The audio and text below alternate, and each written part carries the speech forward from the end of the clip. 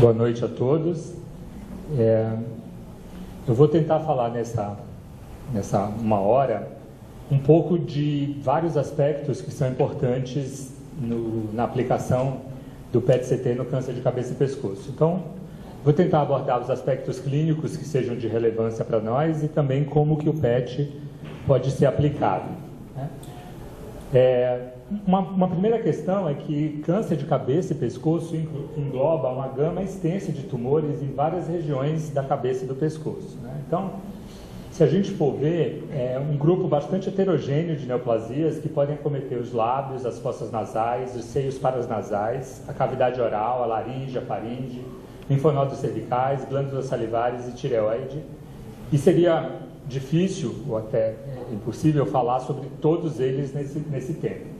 Então, o que é que eu fiz? Eu selecionei aqui esses sítios aí, que são os mais importantes em termos de frequência, e o que a gente falar agora vale principalmente para esses sítios, né? Lábios, cavidade oral, laringe e faringe. Uma outra questão é que, no Ocidente, 90% dessas neoplasias são carcinoma espinocelular. Então, o que a gente comentar hoje vale principalmente para esse tipo histológico, já que o adenocarcinoma é bem menos frequente nessa região. Bom, a gente precisa saber um pouco, né, de epidemiologia. Então, esses são os dados do INCA, de estimativa de incidência de câncer para 2012 no Brasil. E a gente vê que, entre os homens, a cavidade oral, isoladamente, é o quinto sítio mais frequente de neoplasia, excluindo pele não melanoma. E a laringe é o oitavo. Então, se a gente somar a incidência dos dois, eles ficam em terceiro lugar, né? Isso é típico mesmo de países de renda média ou renda mais baixa, onde essas neoplasias têm uma frequência alta. A taxa de incidência bruta em homens no Brasil, de uma forma geral, para 2012, está estimada em 17 casos para cada 100 mil habitantes. No estado de São Paulo é um pouco mais alto, chega a 24 casos, e São Paulo e Rio Grande do Sul são os estados que têm a incidência mais alta aqui no Brasil. Vocês podem ver que entre as mulheres eles nem aparecem entre os mais frequentes, né? Então, é uma neoplasia de preferência pelo sexo masculino. A relação em geral está em torno de 3 homens para cada mulher acometida por essa neoplasia. Aqui no Brasil, assim como nos outros países do mundo também, o diagnóstico em geral é feito em estadios clínicos mais avançados, o 3 e o 4. A gente vai discutir isso um pouquinho aqui para frente. Em termos de epidemiologia também, é importante a gente conhecer um pouco dos fatores de risco, né? Os principais fatores de risco são esses aí, né? São o etilismo e o tabagismo, que juntos respondem por 75% dos casos, né, de câncer de cabeça e pescoço. E aí eles acometem principalmente homens mais idosos, a partir da 5ª década de vida. E tem uma incidência um pouco maior em classes sociais mais baixas.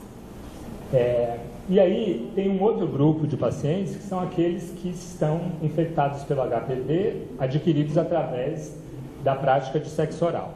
E aí esse é um grupo completamente diferente desse grupo daqui. Esses pacientes aí, eles têm um prognóstico melhor do que os pacientes com etilismo e tabagismo, eles respondem melhor ao tratamento e eles costumam ser mais jovens do que o outro grupo. E eu fiz essa brincadeira aí só para mostrar que os grupos são realmente diferentes, né? Isso tem uma importância prática para nós. A gente vai ver casos de melhor resposta entre os pacientes com HPV, enquanto que isso vai ser mais difícil de ver no grupo de pacientes que são etilistas e tabagistas. Esse grupo de pacientes do HPV, eles também têm uma idade menor do que os etilistas e tabagistas e estão em todas as classes sociais. Uma outra diferença também do HPV, dos pacientes com câncer induzido pelo HPV, é que eles costumam ter metástase linfonodal mais precocemente. Então, mesmo quando o tumor é pequeno, o estadio T é pequeno, eles já cursam com metástases linfonodais. Bom, o que a gente precisa saber da história natural e das opções do tratamento está mais ou menos resumido aqui. Esse grupo de tumores, em geral, cursam com metástases precoces para linfonodos regionais, e as metástases à distância, em geral, são mais raras e tardias. Quando elas acontecem, a maior parte das vezes, 90% das vezes, elas estão nos pulmões e mais raramente nos ossos e no fígado. E o tratamento é escolhido, a estratégia é planejada em função do estadio clínico. Então, nos estadios mais precoces, que são o 1 e o 2, em geral, esses pacientes são tratados apenas com cirurgia ou então com a radioterapia com intenção curativa para preservar a função do órgão. Enquanto que nos estadios 3 e 4, eles precisam aí de uma abordagem agressiva, multimodalidade, que pode começar pela cirurgia e fazer uma quimio-radioterapia pós-operatória, ou eles podem tentar a quimio-radioterapia neoadjuvante e reservar a cirurgia só para os pacientes que não responderam completamente, aí isso se chama de cirurgia de salvamento. Tudo isso com o objetivo de evitar a cirurgia, que é mórbida, deixa muitas sequelas e compromete bastante a qualidade de vida desses pacientes. Uma outra coisa que a gente precisa falar é sobre anatomia, né? Esse é um assunto, assim, na minha opinião, mais chato, né? Então eu vou pedir um pouco de paciência para vocês, eu vou me ater aos detalhes mais importantes. Acho que a coisa mais importante de aspecto anatômico que a gente precisa saber são esses linfonodos cervicais, né? Os cirurgiões, eles estão habituados a essa classificação aí nesses 7 níveis principais. Então, na minha opinião, assim como a gente faz a segmentação pulmonar e sabe mais ou menos de cabeça, mais ou menos onde estão os segmentos, eu acho que a gente tem que saber um pouco dos segmentos dos linfonodos cervicais, né? Então, vai ficar um pouco árido isso aqui, mas eu acho que é importante, e talvez o meu objetivo não é nem que a gente saia daqui com isso decorado, mas só que preste atenção a esse assunto. Então, esses 7 níveis, né, são divididos de acordo com referências anatômicas. Então, o nível 1 são os linfonodos que ficam na região submandibular. Eles começam abaixo do músculo milioide, que é esse aqui, e vão até a borda inferior do osso ióide, que é fácil de reconhecer, é esse osso aqui, né? Então a gente segue na tomografia até chegar à porção da borda inferior dele. Tá? E eles ficam anteriores à borda posterior das glândulas submandibulares, né? Então a gente localiza aqui, eu perdi a seta.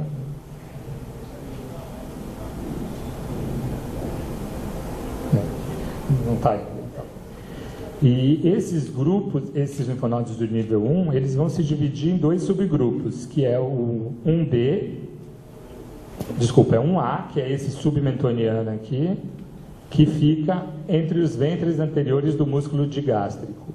E o 1B, que são os submandibulares propriamente ditos, que ficam posteriores ao ventre anterior do músculo digástrico até a borda posterior da glândula submandibular.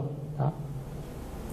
Então, a partir daqui, da borda posterior da glândula submandibular, eles já passam para o nível 2. Então, o nível 2, que são os linfonodos da cadeia jugulo-digástrica, eles vão começar na borda da base do crânio até a borda inferior do ocioide. E esses linfonodos aqui, os do nível 2, 3 e 4, eles estão relacionados ao esternocleidomastoide. Então, a gente procura localizar o músculo esternocleidomastoide para tentar enquadrá-los nesses níveis aí.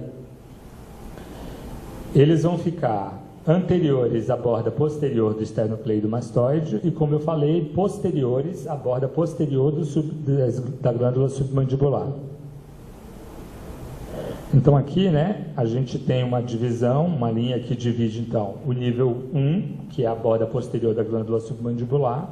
A partir daqui a gente está no nível 2, né, que vai até a borda posterior do esternocleidomastoide. E esse nível 2 também é separado em 2A e 2B. Os 2A são os linfonodos que estão próximos à veia jugular interna, né, que está aqui numa tomografia com contraste, e o 2B ficam posteriores à veia jugular e separados por uma faixa de tecido adiposo.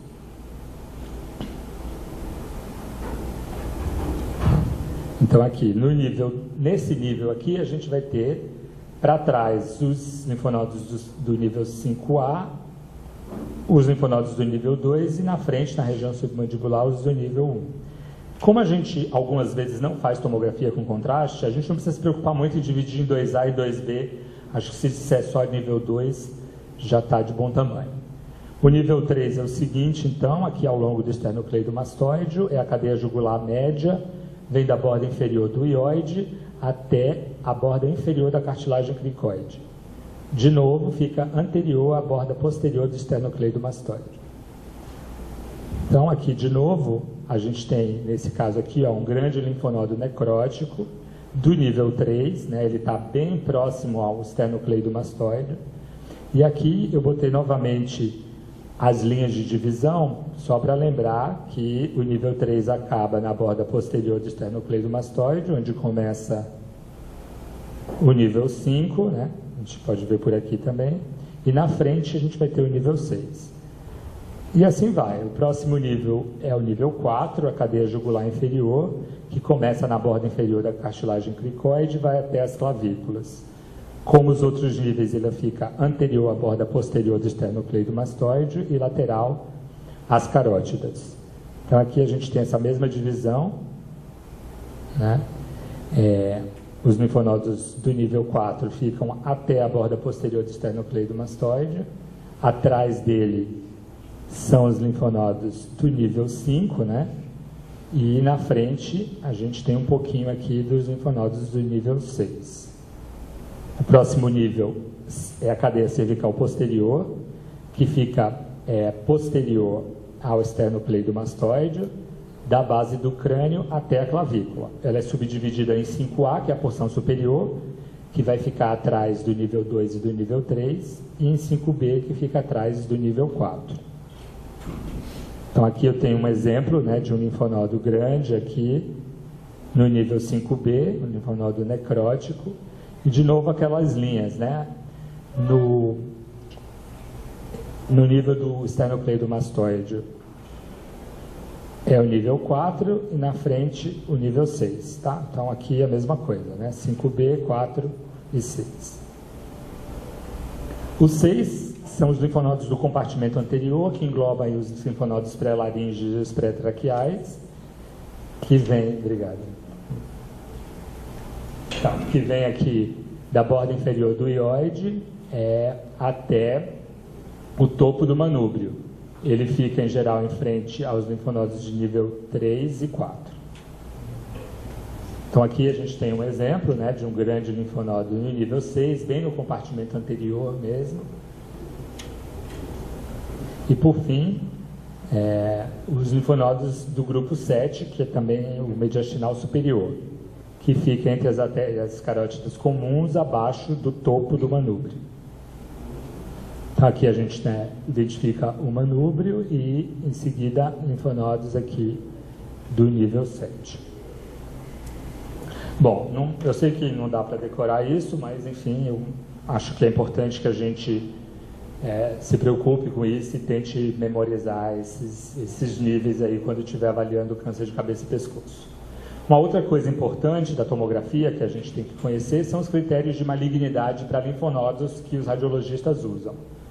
Então, eles se preocupam com essa possibilidade de malignidade para os linfonodos que tenham mais do que 1,5 cm no nível 2 e mais do que 1 centímetro nos demais níveis, né?